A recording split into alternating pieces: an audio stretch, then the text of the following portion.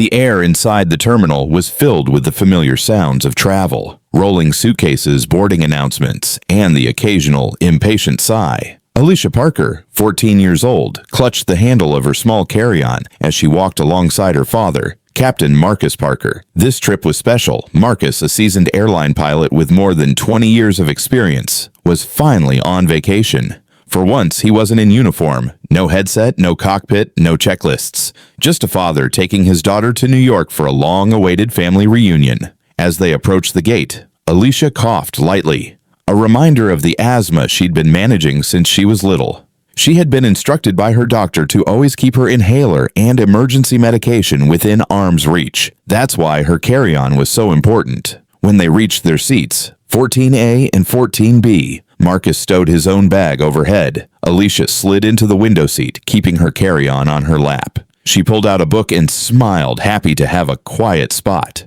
That's when a flight attendant approached. She was tall, her blonde hair pulled into a tight bun, and her tone brisk, more mechanical than warm.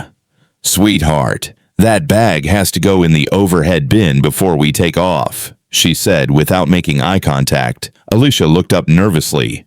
"I can't. My medicine's in here. I need to keep it with me." The attendant sighed as if she'd heard every excuse in the book. "I'll just store it up there for you. You can get it after we're in the air." Alicia shook her head.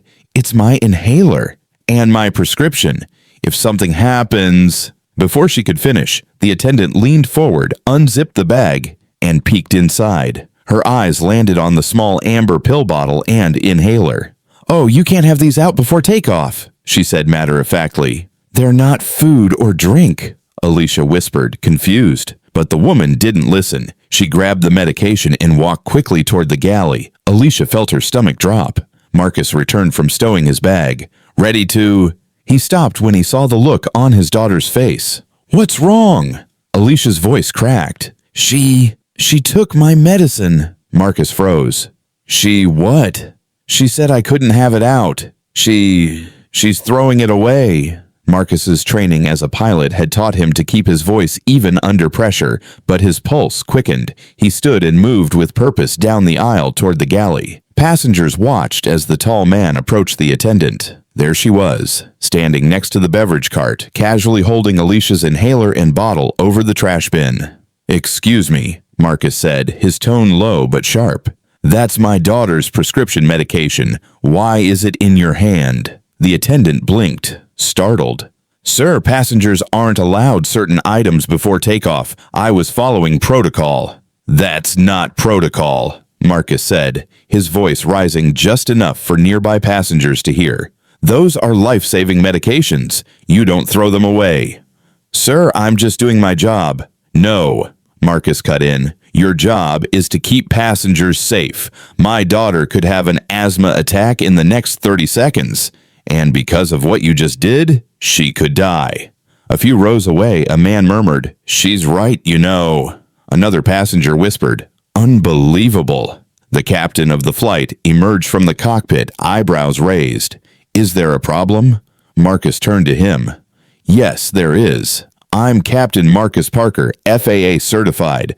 My daughter's medical safety was compromised when your flight attendant took her prescription and attempted to discard it. Until her medication is recovered and this matter is addressed, this flight isn't going anywhere." The captain hesitated. "Sir, let's discuss this privately." "We're not going to handle this quietly while my child's life is at risk," Marcus said firmly. "This is a safety violation that every passenger should be aware of." The air in the plane shifted, conversations hushed, phones began recording. A woman in row 12 called out, "Give the girl her medicine." Someone else said, "What's wrong with you?" The attendant's face flushed deep red as she reluctantly pulled the items from the trash. She extended them toward Marcus without making eye contact. Marcus didn't take them right away. "You will apologize to my daughter," he said. The attendant's lips tightened, but the pressure of dozens of watching eyes forced her hand. She walked back to 14A, knelt slightly and muttered, "Sorry." Alicia clutched the inhaler, her hands trembling. "It's okay," she said softly, but everyone could hear the hurt in her voice. Marcus turned back to the captain. "I want this documented in the official flight report.